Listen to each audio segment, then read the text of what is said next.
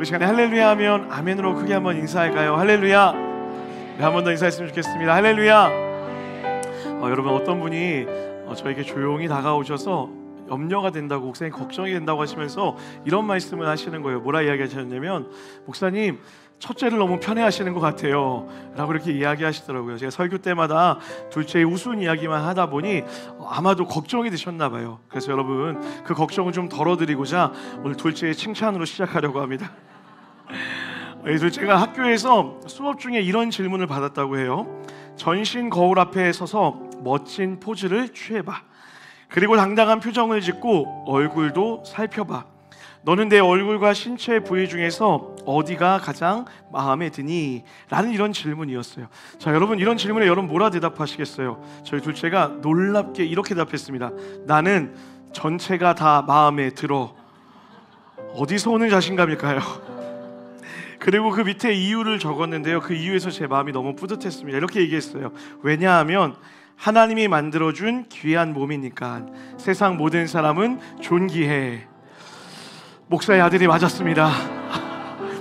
이 녀석도 가끔 제정신이 드는구나 라는 것을 제가 느끼는 귀한 시간이었던 것 같아요. 근데 그 짧은 대답 안에 제가 얼마나 위로가 되었는지 모릅니다. 사랑하는 여러분, 하나님의 눈에는 여러분이 아름다우십니다. 어느 것 하나 부족한 것 없이, 어느 것 하나 더 채울 것 없이 그저 있는 모습 그대로 여러분을 이렇게 귀하다라고 이야기하세요. 여러분, 이 사실을 믿으십니까? 우리 그 마음으로 옆 사람 보고 따뜻하게 한번 이렇게 인사할까요? 아이고 귀하다 인사하겠습니다. 아멘. 오늘 이 예배가 우리를 사랑하시는 그 하나님의 은혜를 채우시는 귀한 예배 되길 원합니다. 우리 그 하나님께 감사 영화의 박수 한번 올려드리겠습니다. 아멘. 감사합니다. 오늘 특별히 우리 또 성찬 예배로 함께하게 되어질 텐데요, 그래서 기쁨의 소식이 또 있습니다. 지난주에 이어 이번 주도 설교가 짧을 예정입니다. 잘 집중하세요. 자, 느헤미야 9번째 이야기입니다. 나를 지키는 힘이라는 제목으로 하나님 말씀 나누도록 하겠습니다. 여러분, 미국에서는요, 학위 수여식을 마치는 용어를 코멘스먼트라고 이렇게 이야기합니다. 이 단어를 번역하면 끝이면서 또 하나의 시작이라는 의미를 담고 있습니다. 자, 학생 입장에서는 이제 지긋지긋한 이 학교라는 울타리를 탈출하는 것에 대한 기쁨이 있겠지만, 사실은 진짜 험난한 인생은 학교 밖에서부터 시작되기 때문이죠. 그래서 학위 수여식을 코멘스먼트, 끝이면서 새로운 시작이다라고 이렇게 이야기하는 것입니다. 우리의 인생도 마찬가지 아닐까요?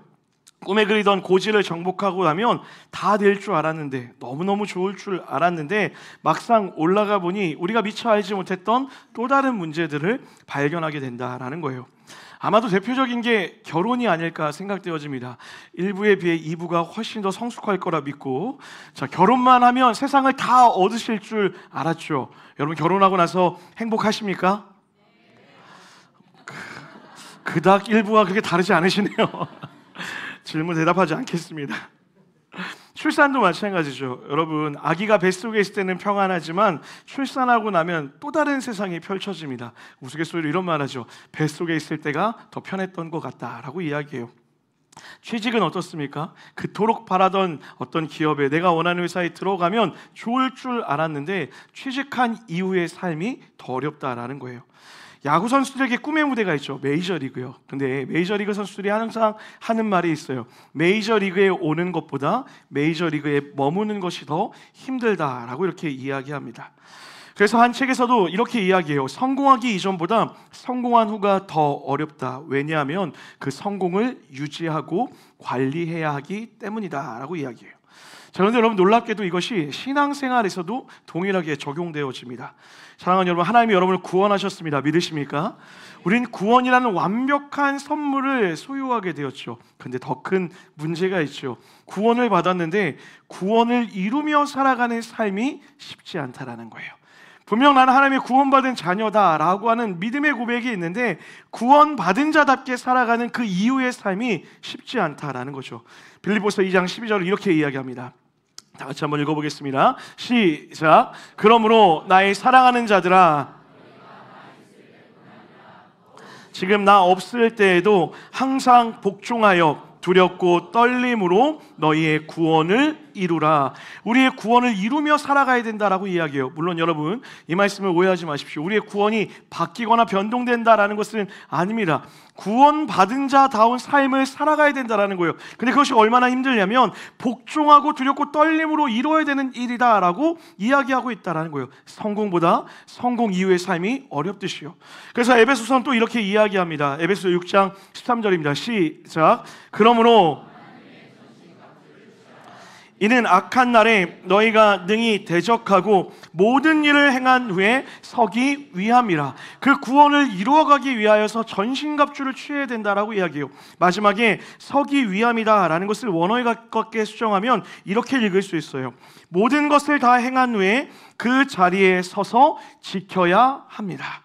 구원받은 자답게 살아가는 지혜를 가지고 구원을 누리며 살아가야 된다는 거죠. 이유가 있습니다.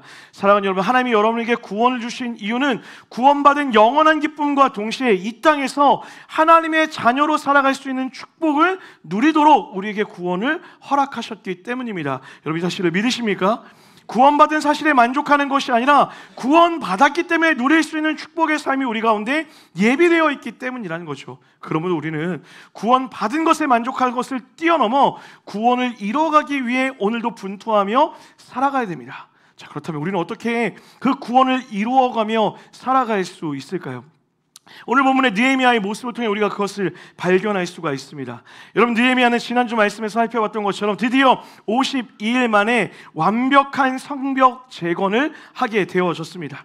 어마어마한 성공을 이뤄낸 것이죠. 그런데 이때 느헤미야는 눈앞의 성공에 동치된 것이 아니라 지금 내가 해야 되는 것이 무엇인지, 성벽을 더 성벽답게 만드는 것이 무엇인지 그 일에 집중하기 시작합니다.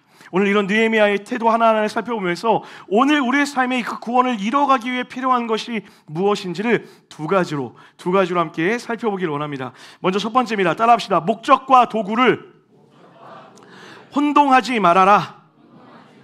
자, 우리 1절 말씀을 다 같이 한번 읽어보도록 하겠습니다. 1절입니다. 시작. 성벽이 건축됨에 문짝을 달고 문지기와 노래하는 자들과. 자, 방금 읽은 말씀을 히브리어 원문으로 해석하다 보면요, 히브리어 문법 중에 와우 계속법이라는 것을 사용하고 있습니다. 이름이 신기하죠. 이것이 무엇이냐면 일이 반복해서 계속 진행되는 것을 이야기해요. 이런 거죠. 즉 느헤미야는 성벽이 완공된 이후 곧장 문짝을 달았고 곧장 사람들을 세웠습니다. 그러니까 성벽이 완성되고 나서 그 중간에 여백을 두고 마음껏 즐기다 일을 한 것이 아니라 성벽이 땅땅땅 되어지는 순간 바로 문짝을 달고 그 이후에는 사람들을 배치하고 있다라는 거예요. 계속해서 뭐하고 있는 거예요? 일하고 움직이고 있다라는 것이죠. 이상하지 않습니까? 오늘 느헤미야의 목적은 무엇이었습니까? 성벽을 완공하는 거였어요. 그러면 충분히 만족하고 기뻐할 수 있었죠. 사람들을 불러 모아 축제를 벌일 수도 있었다라는 거예요. 그런데 느헤미야는 것을 하지 않습니다. 성벽을 짓고 문짝을 달고 사람들을 배치하는 그 일들을 반복하며 하고 있었다라는 거예요. 질문해 봐야죠. 도대체 왜 느헤미야는 계속해서 일을 하고 있었던 걸까요? 여러분, 느헤미야에게 있어 이 성벽은 매우 중요한 과업이 맞았습니다. 하지만 동시에 그것은 수단이었다라는 거예요. 여러분, 질문 드려볼게요. 이스라엘 백성들에게 눈에 보이는 성벽이 정말 중요했던 것일까요?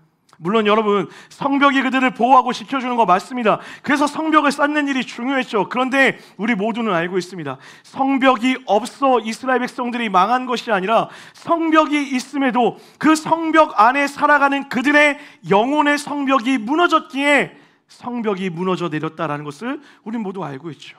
지금 느헤미야의 눈에 보이는 것은 무엇입니까? 눈에 보이는 벽돌로 지어진 성벽을 완공하는 것이 목적이 아니라 진짜 목적을 보고 있다는 거예요. 그 진짜 목적은 무엇입니까? 그 성벽 안에서 영혼의 성벽을 세우며 살아가야 될 이스라엘 백성들의 삶의 모습이 보였다라는 거예요. 그런 지금 눈에 보이는 건물로서의 성벽은 수단이며 그 목적을 이루기 위해 오늘도 최선을 향해 달려가고 있었다라는 거예요. 이것이 단지 과정의 일부였음을 보고 있다라는 것이죠. 사랑하는 여러분, 저는 이 모습에 우리가 주목해 볼 필요가 있다 생각해요. 느헤미야는 목적과 수단을 아주 명확하게 구분하고 있었던 거예요. 이 눈에 보이는 성벽이라는 것을 수단으로 명확히 인식하고 있었다라는 거죠. 여러분, 우리도 마찬가지입니다. 우리가 그리스도인으로 살아가면서 가장 경계해야 될 것이 있다면 바로 이것이요, 바로 목적과 수단을 착각하는 것이죠. 사랑하는 여러분, 질문 드려볼게요. 하나님을 믿는 우리의 인간의 최고의 목적이 무엇인 줄 아십니까? 우리는 이렇게 이야기합니다. 따라합시다. 하나님을 영화롭게 하고 영원토록 하나님을 즐거워하는 것. 할렐루야. 자, 여러분, 이것을 조금 쉽게 표현하면 이런 거예요. 하나님을 날마다 자랑하면서 하나님 때문에 하나님 주시는 행복을 누리며 살아가는 것, 이것이 우리의 목적이에요. 여러분이 그런 삶을 살게 되기를 주님의 이름으로 간절히 축복합니다.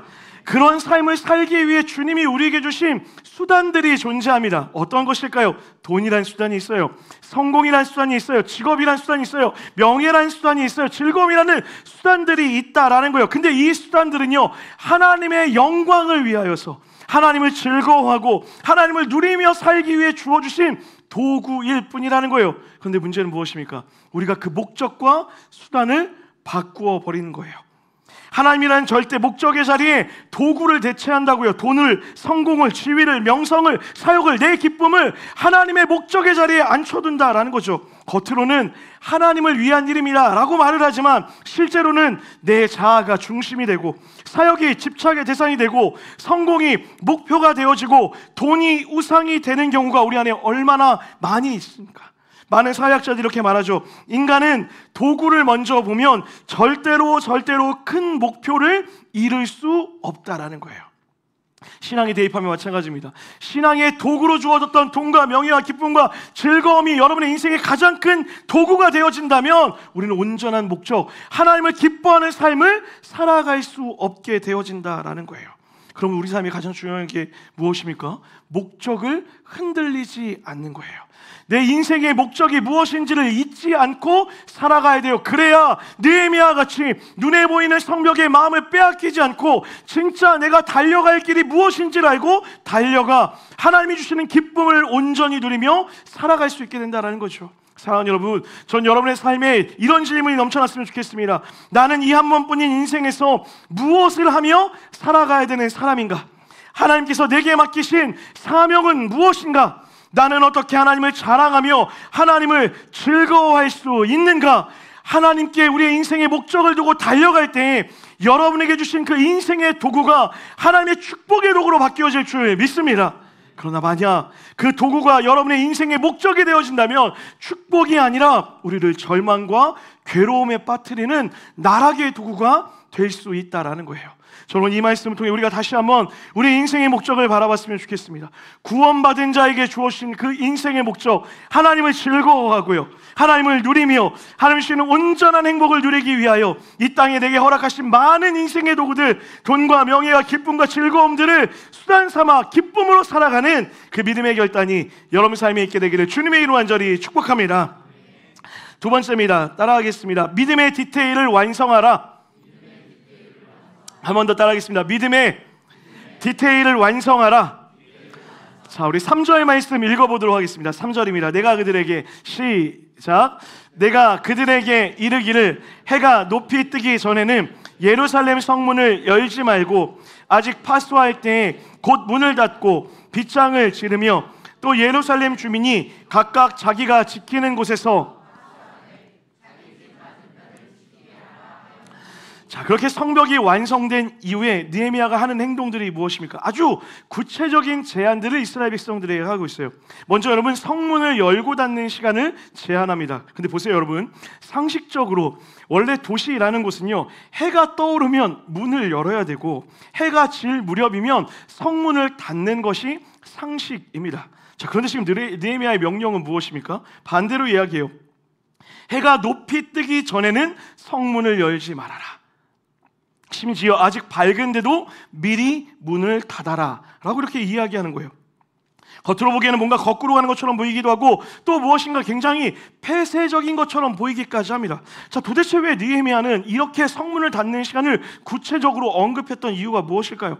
그 이유가 아주 간단해요, 여러분. 아직 예루살렘의 상황이 완전하지 않았기 때문이라는 거예요. 성벽 공사는 끝났지만 이스라엘 백성들의 전투력은 약했고 주변의 대적들은 여전히 호시탐탐 기회를 노리고 있습니다. 그 적들은 대부분 언제 옵니까? 새벽 미명이나 해질녘에 공격을 하려고 한다라는 거예요. 사람들의 경계가 느슨해질 때를 노려 공격했기 때문에 느헤미야는 방심하지 않기 위해 성벽의 문 닫는 시간조차도 이렇게 조절하고 있는 거예요. 이뿐입니까? 여러분, 느헤미야가 얼마나 디테일하게 그 사람들에게 그 의견들을 얘기하고 있는지 모르겠습니다. 2절에 보면 누굴 세웁니까? 하나냐라는 사람을 문지기로 세웁니다. 여러분, 문지기 조금 우스워 보이시죠? 근데 여러분 그거 아십니까? 난공불락의 석이라고 불렀던 만리장성이 역사상 2-3번 정도 뚫렸던 적이 있다라고 얘기해요. 어떻게 뚫린 줄 아십니까? 적들이 문지기를 매수해서 뚫렸다고 해요. 엄청난 무기를 가져온 게 아니라 문지기가 뚫리면 성도 무너질 수 있었다라는 거예요. 그것을 누가 알았던 거예요? 느헤미야가요. 그래서 아주 세밀하게, 아주 조심스럽게 그 문지기에 가장 신뢰할 만한 사람을 보내는 거예요. 자신의 조카였던 하나냐를 보냅니다. 하나님께 인정받았던 사람, 하나님 앞에서 충성되었던 사람, 그 사람을 문지기로 세우면서 그들을 지키는 아주 디테일한 면모를 보이고 있다라는 거예요. 이뿐 아닙니다. 문지기를 세우고 노래하는 자를 세우고 레위 사람들을 임명합니다. 성문의 경비와 예배 체제를 다 갖추는 거예요. 그리고 마지막에 보면요, 공동체의 정체성을 회복하기 위해 족보 하나를 다 정리하는 모습까지 보이고 있어요. 여러분, 이 모든 것을 한마디로 정리하면 사람을 세우고요, 규칙을 세우고 안전을 지키고 공동체의 정체성을 회복해가는 과정을 디테일하게 가르치고 있다라는 거예요. 여러분, 제가 이 본문을 묵상하고 설교를 준비하다가 문득 이 문장이 떠올랐어요. 어떤 문장이냐면 악마는 디테일에 있다라는 문장이에요. 들어본 적 있으십니까?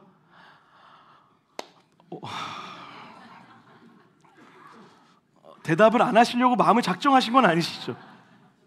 자, 여러분, 악마는 디테일에 있다라는 이 문장이 원래 어디서 온 줄 아세요? 원래 문장은요, 신은 디테일에 있다라는 의미에서 왔어요. 예전에 고대 건축가들이 그 신의 세밀함을 이야기하면서 신은 디테일에 있다라고 이야기하고, 그것이 나중에 악마는 디테일에 있다라고 바뀌게 된 것이죠.